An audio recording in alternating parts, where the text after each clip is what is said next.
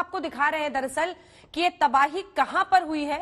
ये धौलीगंगा नदी आप देख रहे हैं, ग्लेशियर टूटकर आने से यहीं पर जबरदस्त जल भरा हुआ और उसके बाद तेज रफ्तार से ये सब कुछ बहता हुआ आगे बढ़ा।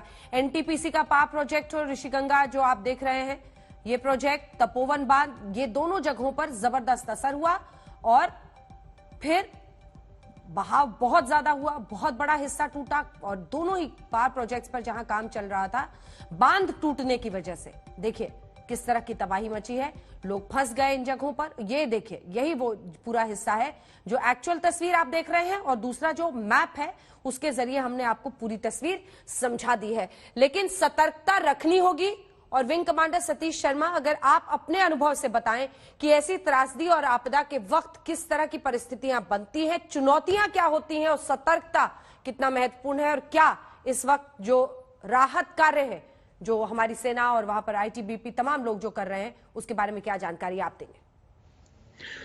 अंजना जी, सबसे पहली बात यह होती है कि इसमें एक शॉक, सबसे पहला जिसको सरप्राइज एलिमेंट कह सकते हैं, ये उससे घबराना नहीं चाहिए, नंबर 1। नंबर 2, सबसे पहली जो बात होती है वो रेस्क्यू ऑपरेशंस होता है और रेस्क्यू ऑपरेशंस की चीज दो बातों पर निर्भर करती है कि एग्जैक्ट इंफॉर्मेशन, जो रियल टाइम इंफॉर्मेशन है वो इस मसले में काम आई है। जैसे कि वहां पर आईटीबीपी के अपने जवान काम कर रहे थे और उनके पास मोबाइल थे, दूसरे जो वहां एक तरह से लोकल सिटीजन्स होते हैं उनसे जो रियल टाइम इंफॉर्मेशन है उसके बेस पर रेस्क्यू ऑपरेशन में बहुत बड़ी मदद मिलती है। नंबर 2, रेस्क्यू ऑपरेशन के बाद हम उनको एक तरह से रिलीफ स्टेज पर आते हैं और जो चौथी स्टेज होती है वो रिहेबिलिटेशन की होती है। जब ये 2013 में हुआ था उस समय भी MI-17, जिनको हम यूटिलिटी हैप्टर्स बोलते हैं वायुसेना के, और वो उस समय वी हैड प्रेसिडेंट, उनको हमने इमीडिएटली इसके अंदर प्रेजेंट किया था। आज भी वो सिचुएशन हमारे पास तैयार है और हम उसको यूटिलाइज कर रहे हैं। तो घबराने की आवश्यकता नहीं है कि वहां पर अप्रोच बहुत बड़ी बात होती है।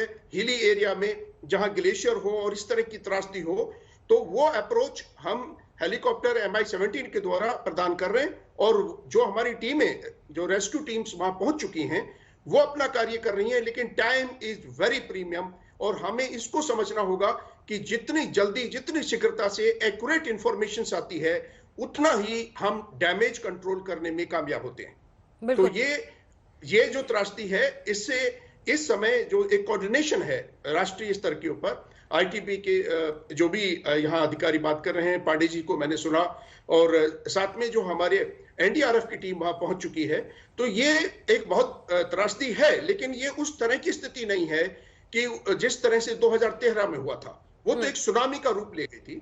लेकिन जैसे कि अभी एक्सपर्ट पांडे जी भी बता रहे थे कि इसका जो इंपैक्ट है वो इनिशियल आवर्स में ज्यादा होता है और कुछ डिस्टेंस तक होता है।